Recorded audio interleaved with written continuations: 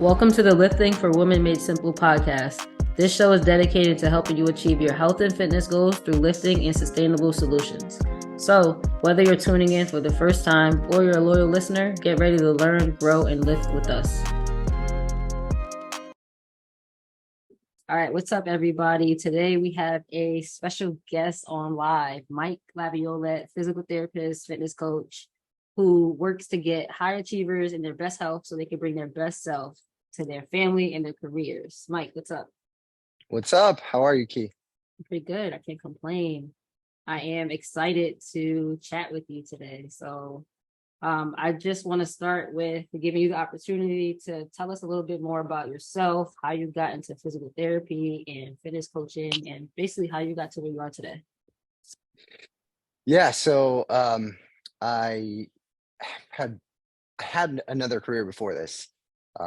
And I've always been like an educator. I was a piano instructor and I gigged as a pianist. And I was just like kind of crunched in a 10 by 10 box teaching piano all day. And I felt like I needed to do something more active. I knew that I wanted to help people. And I fell in love with working out in nutrition and just really health. And that was it. I was like, you know what? I'm going to become a physical therapist and help people there. So I went through PT school, decided after PT school that I wanted to do some postdoctoral education, got my OCS, was working as a physical therapist, and then COVID happened. I was working as a contractor. So everybody that was permanent got furloughed. They gave me my 30 days that were left on the contract. And then I was out and decided to start Evolve Health as a physical therapist and a fitness coach. And that really brought me to where I am today. And, high achievers, like, what does that mean? And I really started, we call high achievers, somebody that's really successful or wants to be really successful, has like this type A personality. And that really came from my dad. My dad was in sales, really high achieving sales professional. It probably didn't take care of his health as much as he should have, and unfortunately passed really before it was his time. So that was like part of why I got into helping people like that. Also, when I went out to California to get my OCS, I really was hyper focused on just getting the credentials and getting my OCS, and really started to ignore my health and a lot of the other things in my life. So really it's to help myself, to help that person. So I've worked with a lot of physical therapists, a lot of people who work from home because of COVID, in these, I guess, like office jobs or sales positions, stuff like that. So that's really what brought me to where I am today. Yeah. Nice. Okay. How I'll tell a little bit about myself, but I have a question. How is it working with other physical therapists and other like coaches as Oh, clients? it's interesting. It's an interesting thing because we can speak the same language, right? Like they know if there's something going on, like they send me a video of themselves doing a lift. I don't have to like really break it down.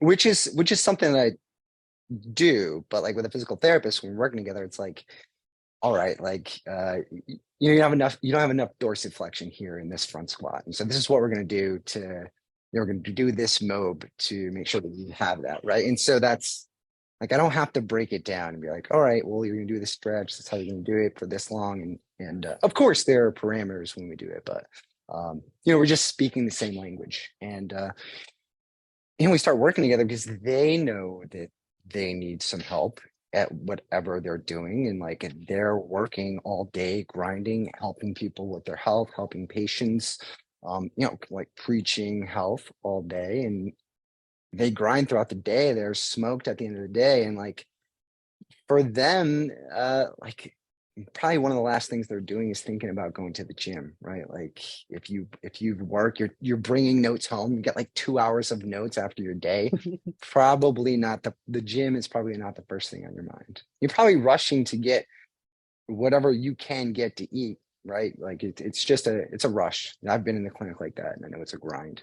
And it's part of why my health took a dive when it did. So I totally understand that, but it's actually so there's a few things, but it's great working with them because it's like working with myself when I was there. So yeah, it's interesting, but I love You it. know what it's like. Yeah. Yeah. Yeah, I agree. I actually went to PT a couple months ago for my shoulder, and it was pretty cool because I was already doing some stuff for my shoulder, but I was just like, one, I need the accountability, and two, I just need new ideas of what to do. We were like talking the same language. It was great. It was good. I really like working with just other healthcare professionals. You said something that reminded me of like why I even got started. The fact that like we're as physical therapists on a daily basis, like we're preaching wellness, getting movement, all this stuff, but then you don't really do it for yourself. So when I was in undergrad, I played basketball my entire life, played 3 years in college, and then when that ended, I put on so much weight because I didn't have that structure anymore. I didn't have like somebody telling me what time to work out, what time to play, what to eat, and I was just having fun. So I put on a lot of weight, but then got accepted into PT school, and I was like, "There's no way I feel comfortable going into this field, and I'm not practicing what I preach." And I have this thing where I don't know if you agree, but like I have a thing where if you're not doing something or you don't look the part, it's hard for me to buy into what you do. It And I was is. like, there's Yeah. no way that I'm going to be working outpatient ortho in sports and people are going to take my advice. And I look like this. So that was part of the reason I got into exercise because that was in the back of my head. But I also was feeling like shit and my habits were really bad. So that was part of the reason. But I think it plays a big part in being able to get outcomes if you practice what you preach and you walk the Y- walk. Yeah, absolutely. And I'll tell you, we are the worst patients, right? Like physical therapists. As a physical therapist, you're such a bad patient, right? Like your Uh-huh. physical therapist telling you to do things and like you probably don't do that. You probably don't do them. So yeah, like as a patient, I know I myself am not good, but it's always good to have someone guide you through like a shoulder injury or something like that. Because if I had a shoulder injury, right, like it'd be really easy for me to push through that at the gym. So it's good to have someone be like, hey, did you push through it at the gym? Like, what did you do? Did you do these like shoulder specific things that you're supposed to do? So yeah, it's nice to have that. Yeah, and speaking of injury, I think that um, yes, we as physical therapists help people um, rehab from injuries and kind of get back from that, but we also kind of tailor things. Well, we help people all along the spectrum, whether they're injured or not injured. So, can you talk about how your business kind of or you kind of function to help people do that, whether they have an injury or they're just looking to get back to training, and kind of what the difference is between the two, if there is any difference? Yeah. So I think it's like a movement is a spectrum, like you said, right? Like, there's if you're injured, right, like there's rehab, and I guess all the way up to training. And like maybe you want to get back to training, you have to bridge that gap, right? Like so there's rehab, then maybe there's exercise, then maybe there's like more specific training that's probably more specific to what you want to do, what your goals are. So yeah, I really think it's a spectrum. I feel like training is rehab and rehab is training because it's movement, right? And I think if you're trying to get back to something specific, your rehab should look like that. Like if you are having trouble squatting, like if you want to squat and squatting is painful, there should be some element of that in your rehab. So, whether that's decreasing range of motion or decreasing the weight or decreasing, the volume or the frequency, how often you're doing it during the week. But there should be some element of it in your rehab. So, but yeah, it's a spectrum, and I think it can be like You start off, it's rehab, it becomes linear, and you're able to progress. And then maybe it becomes exercise, and maybe it's still linear, and then it becomes training. And there's a point where maybe you hit a plateau, and then it becomes something where um, the programming design has to be a little bit different than just something that's linear. So yeah, a spectrum, absolutely. Yeah, and like putting it in like terms of like just taking out rehab is kind of just like progressive overload, honestly. Like you're just gradually exposing your body to harder situations that become more specific to what you're looking to get back to. And I think that's a like common misconception when people experience pain or when they experience an injury. They don't realize that the same way that you progress yourself to get to that point, all you have to do is to kind of take a step back, start at where you currently are, and then progress yourself. And that can be from going from rehab to exercise, and then now you're feeling better going to training. But I think that for some reason it's people are like glossing over that fact. I think it's just a lack of education, I guess, or knowledge of it. It is, yeah, it's a lack of, I think, like, yeah, people don't understand that like it is the same thing. I feel like I talked to a lot of people who want to do like PT specific exercises, and I guess there are PT specific exercises. And but I think you could just hit a joint from a lot of different angles, and to get stability in that joint. I mean, you probably should be challenged from different angles. Now, there's maybe that's a little bit different if your goal is to gain muscle or hypertrophy, right? But even then, like there's regional hypertrophy, so you have to hit it with different exercises and from different angles to have the biggest amount of hypertrophy that you can get, right? So there's this research on different parts of the muscle growing with different exercises. Um, so yeah, and I forget how that even started, but yeah, I mean, like I said, I guess there are PT specific exercises, but I think the joint and the muscle should be hit from a lot of different areas and angles. So yeah, Yeah. absolutely. And I think I think you and I have this in common. I think, well, at least I've worked with a ton of people who say they like done therapy before and they've done like the basic PT exercises and they kind of stick with that and they wonder why they're not getting back to like the level they want to get back to.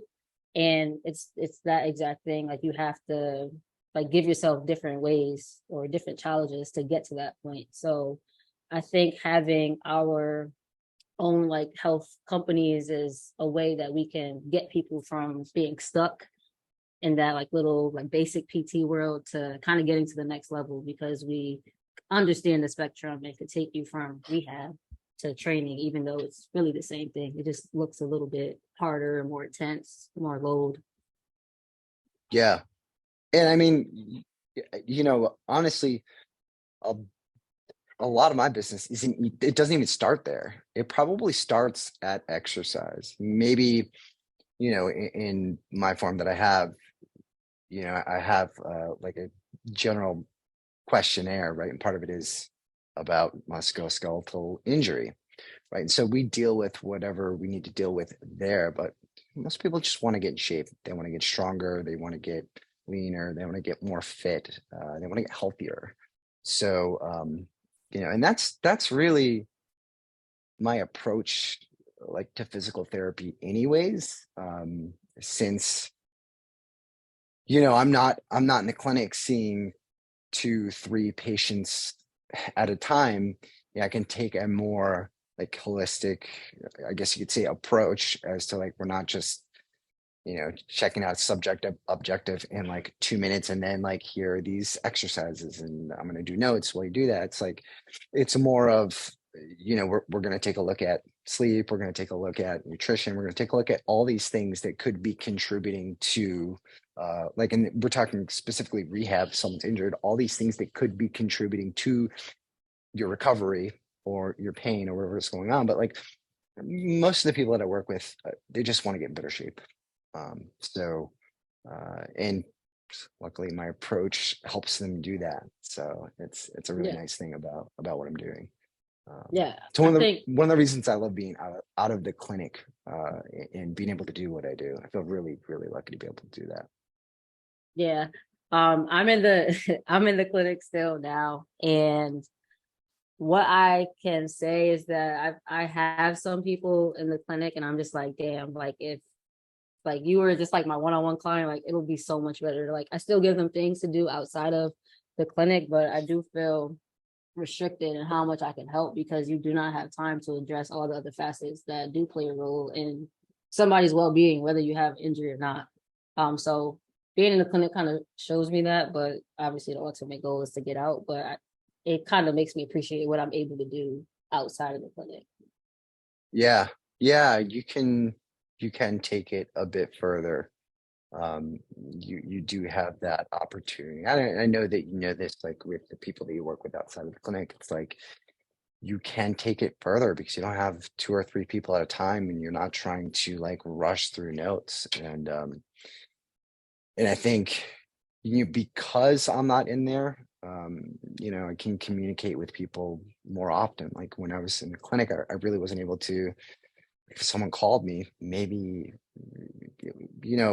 there wasn't that many opportunities to get back to them. Like if a patient had a question, whereas now someone wants to message me, I look at messages a couple times a day to make sure that people are all set with what they need. Any questions are answered. So I feel really lucky to be able to do that. But and I know I'm sure that you do too with the people that you work with outside the clinic. Yeah, and then another thing that I think makes you and I different is like the behavior change we focus on because none of this stuff really matters unless you can sustain it. And although we would love all of our clients to like work with us forever, that's not an expectation. So showing them how to maintain it or sustain whatever result they're looking to get is important. And the way you do that is through behavior change. So how do you install that with your clients?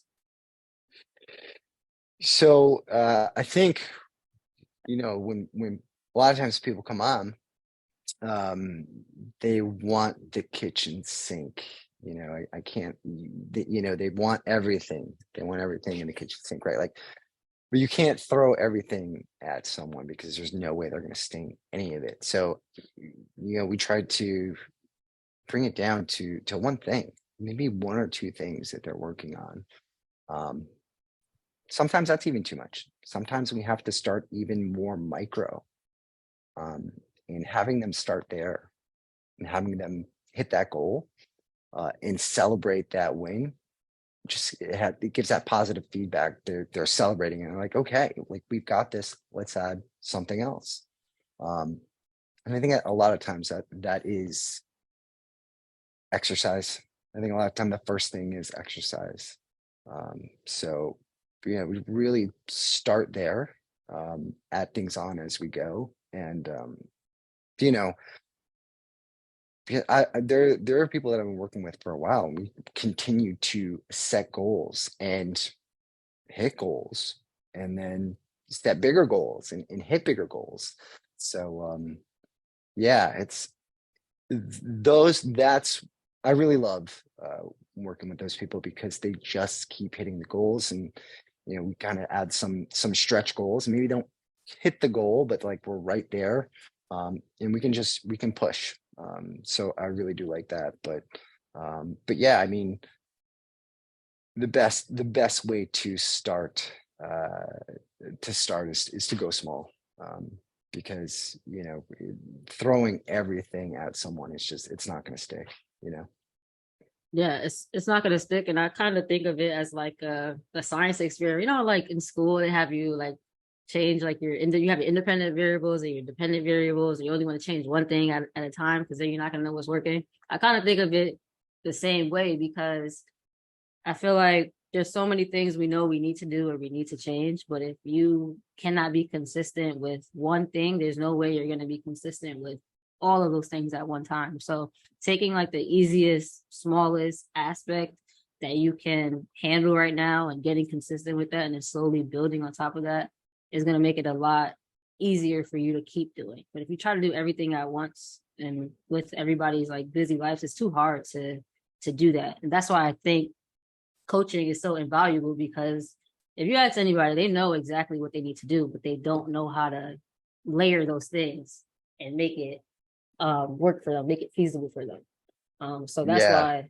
that's why having a coach is like brilliant, because Yeah. they know how to help you do that. Yeah. I think so. A couple things there. Uh, the first one is like, I know what to do. I just need to do it. I think is another way of saying like I actually don't know how to do it. Because if you knew how to do it, you'd be doing it, right? Like building a habit Yeah. in itself is a skill, right? Like you need to learn how to build a habit. So you probably need some help. If you know what to do, but you just need to do it, like you probably need some help there. But I love the analogy of it being like a science experiment and like only changing one variable at a time. And I absolutely love it with rehab, right? Like if we change a bunch of things in your exercise program and something gets worse or something gets better, we don't know what it is, right? There's so many different things going on. So like change one thing, see what happens, and make your next decision based on that one variable change. I love that analogy. That's amazing. And you know what has to happen before that, and I think it's overlooked by a lot of people. You have to have a certain type of mindset in order to even follow that process, because when you're changing only one thing at a time, that's going to prolong that process. So if you're expecting to get immediate results, there's no way you're going to be able to buy into, hey, let's only change this time and see what happens. A lot of people want those very quick, rapid results. And if you do want that, it's going to be hard for you to figure out exactly what's working for you, because in order for the results you want to manifest, it's going to take time. But if you don't take that time, you never get to figure it out. So you always end up in like that vicious cycle of trying a lot of things, not knowing what works. So the Yeah, mindset yeah, really yeah, comes first. yeah, yeah. Alan Aragon. I don't know if you're familiar with Alan Aragon, but researcher in nutrition. He just posted something today about um, daily fluctuations in weight are meaningless, and weekly fluctuations or changes that you see are maybe a little more valuable. But like over months, like seeing things change as far as how clothes are fitting is really more important. And more important than that is how you feel about yourself, right? Like the confidence you have, how you feel about yourself. So I think that's huge. That was a really that just reminded me of that post, which I think is amazing. So I haven't heard of him, and I hate the scale. Like I honestly I step on the scale pretty often because I like to see the fluctuations, but I don't ever recommend my clients or anybody to step on the scale. Like I always say, hashtag F the scale, because it's so unreliable. And if you're someone who gets in your head about the number, you're gonna be very discouraged when there's so many other metrics you could use. Like even outside of like aesthetics, progress photos, circumference measurements, how your clothes fit, your mood, and then also your performance and your consistency is like a more valuable metric, because if you can do those things on a consistent basis, the number on the scale is eventually going to change, like indirectly, without even looking at it. I just think that it's it's a poor way to measure your progress. I think the more measurements that you have, the easier it's going to be for you to sustain that long term, because there's going to be days where the scale might not be changing, your clothes may be fitting the same, but you may be seeing progress in other areas. But if you're not paying any attention to that, you think you're a failure. So I always like to have a lot of metrics, like even outside of just the scale or clothes. yeah, I think it's one piece of it's one part of the picture, right? And I think especially when people are just beginning and they're not trained um, and they haven't been eating well, it's I don't want to say it's meaningless, but it's almost meaningless, like the scale.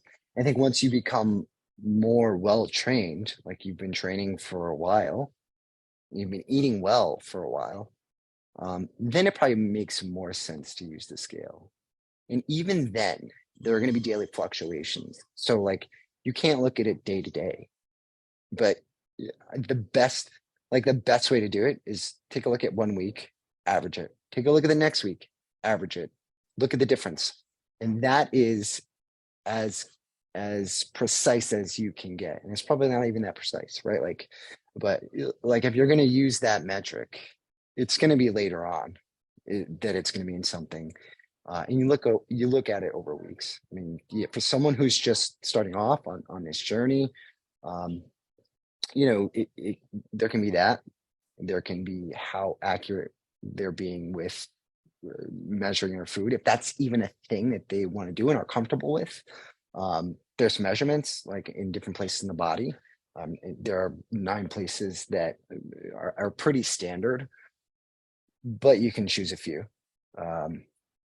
And then there's progress pictures, right? And I usually, it really depends on where someone is. Sometimes we don't even look at that. Sometimes we just do strength, and those things will change over time. People notice that their clothes are fitting better. They like what they're seeing in the mirror more. But yeah, I think especially early on, the scale doesn't give us a lot of really good information. It doesn't dictate what the next step is or what the next decision is. Just because it's too early to gain anything from that. Yeah, I like how you said it's about meeting somebody where they at. I think that goes for, metrics. It goes for designing an exercise program. And I just lost my train of thought. Wow. Yeah. I lost my train of thought. Sorry. But no, you're absolutely right. Yeah, like someone may not want to, if they don't want to use the scale or they don't want to use progress pictures, they don't want to use any of that stuff, you don't have to use them. You meet them where they're at. And maybe eventually they might be comfortable doing that. If they're not, that's okay. So, and I think that goes for exercise too, right? Like you have to meet them where they're at. Like if they don't want to train 4 or 5 days a week, or they're not used to it, or maybe you probably want someone to squat. It's an exercise that you're gonna have to squat for the rest of your life if you want to get up and down, right? It's an exercise that you need to do.